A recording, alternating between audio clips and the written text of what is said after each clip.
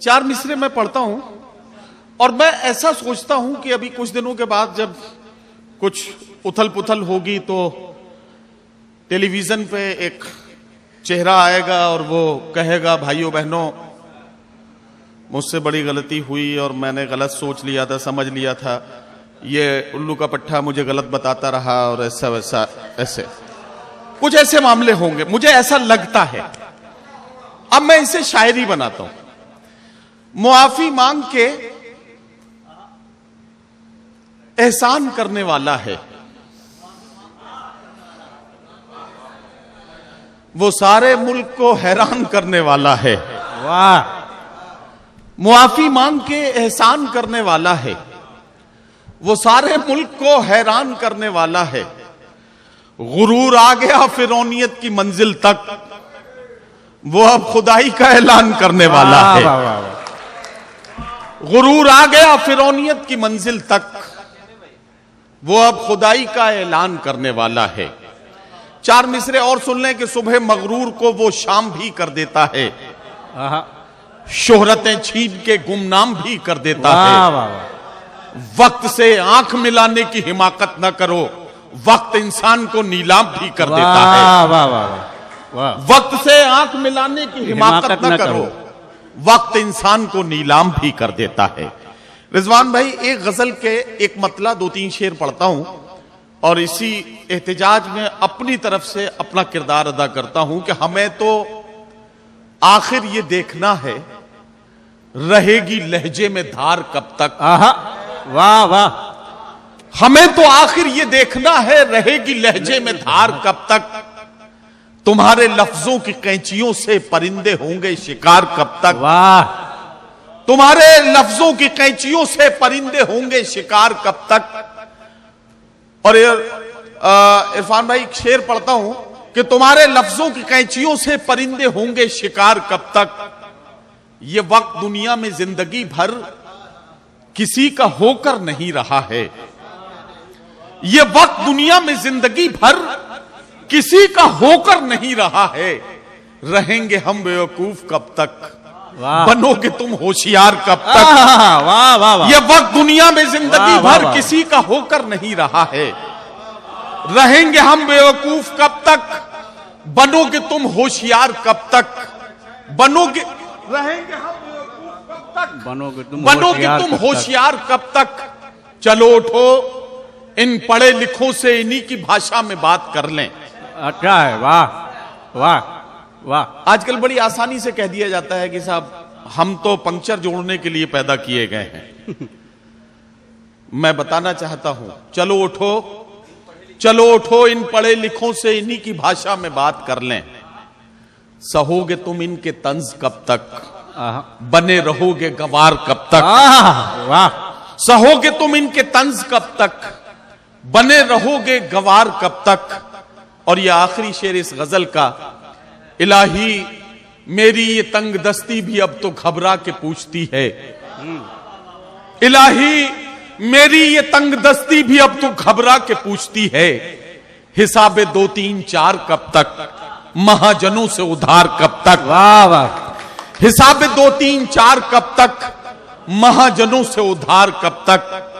हमें तो आखिर ये देखना है, रहेगी लहजे में धार कब तक। तुम्हारे लफ्जों की कैंचियों से परिंदे होंगे शिकार कब तक। बहुत शुक्रिया नदीम भाई। वो पथराई सी आंखों में 2-3 शेर सुना दे। अच्छा चलिए, मैं पढ़ देता हूं, अब ये हुक्म है तो। वो पथराई सी आंखों को भी काजल भेज देता है, सुलगती दोपहर में जैसे बादल भेज देता है। वाह। अब शेर सुने, सुलगती दोपहर में जैसे बादल भेज देता है, सुलगती दोपहर में जैसे बादल भेज देता है।